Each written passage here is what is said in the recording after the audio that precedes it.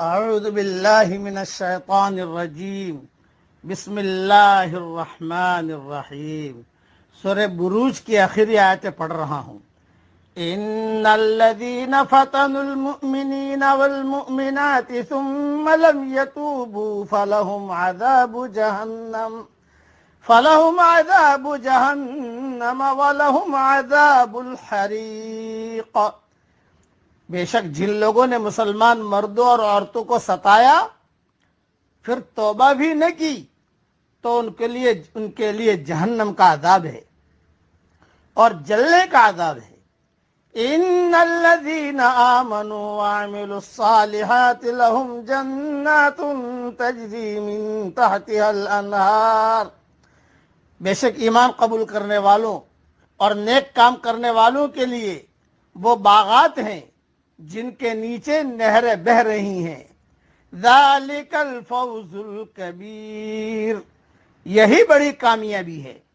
ان بطش ربک لشدید، یقیناً تیرے رب کی پکڑ بڑی سخت ہے۔ انہ هو یبدئ ویعید، وہی پہلی مرتبہ پیدا کرتا ہے اور وہی دوبارہ پیدا کرے گا۔ وَهُوَ الْغَفُورُ الْوَدُودُ، وہ بڑا بخشش کرنے والا اور بہت محبت کرنے والا ہے۔ ذُو الْعَرْشِ الْمَجِيدُ، عرش کا مالک عظمت والا ہے۔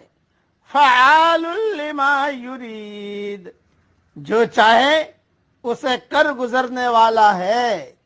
هَلْ أَتَاكَ حَدِيثُ الْجُنُودِ، تجھے لشکروں کی خبر بھی ملی ہے۔ فرعون و ثمود، یعنی فرعون اور ثمود کی۔ بل الذین کفروا فی تکذیب، کچھ نہیں بلکہ بے ایمان تو جھٹلانے میں پڑے ہوئے ہیں۔ واللہ من ورائہم محیط، اور اللہ تعالیٰ بھی انہیں ہر طرف سے گھیرے ہوئے ہے۔ بل هو قرآن مجید، بلکہ یہ قرآن ہے بڑی شان والا۔ فی لوح محفوظ، لوح محفوظ میں لکھا ہوا۔ مختصر تشریح سن لیجئے۔ فعال لما یرید، یعنی وہ جو چاہے کر گزرتا ہے، اس کے حکم اور مشیت کو ٹالنے والا کوئی نہیں ہے، نہ اس سے کوئی پوچھنے والا ہی ہے، اور جو چاہے وہ کر گزرے۔ حضرت ابوبکر صدیق رضی اللہ تعالیٰ عنہ سے ان کے مرض الموت میں کسی نے پوچھا، جب صدیق اکبر کی طبیعت بہت خراب ہوئی، اب مرے تب مرے اب مرے، تو کسی نے پوچھا کیا کسی طبیب نے آپ کو دیکھا؟ انہوں نے فرمایا ہاں۔ پوچھا اس نے کیا کہا؟ فرمایا اس نے کہا ہے انی فعال لما ارید، میں جو چاہوں کروں، میرے معاملے میں کوئی دخل دینے والا نہیں۔ ابن کثیر میں یہ مضمون موجود ہے۔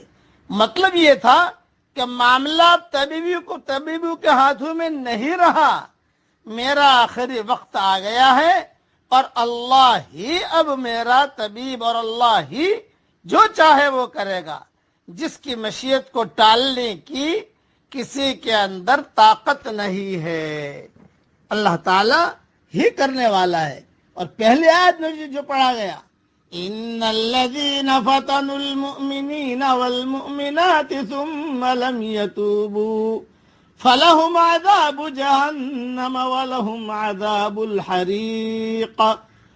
بے شک جن لوگوں نے مسلمان مردوں اور عورتوں کو ستایا پھر توبہ بھی نہ کی تو ان کے لیے جہنم کا عذاب ہے اور جلنے کا عذاب ہے۔ اس لیے مسلمان مردوں اور عورتوں کو ستانا نہیں چاہیے، بلکہ کسی مذہب والے کو بھی خواہ ستانا نہیں چاہیے۔ یہ ہمارے ایمان ہے کہ حضور صلی اللہ علیہ وسلم بھی جو بھی آتے تھے، بے ایمان آتے تھے، سب کے ساتھ حضور صلی اللہ علیہ وسلم ان کے ساتھ اخلاق کا معاملہ فرماتے تھے۔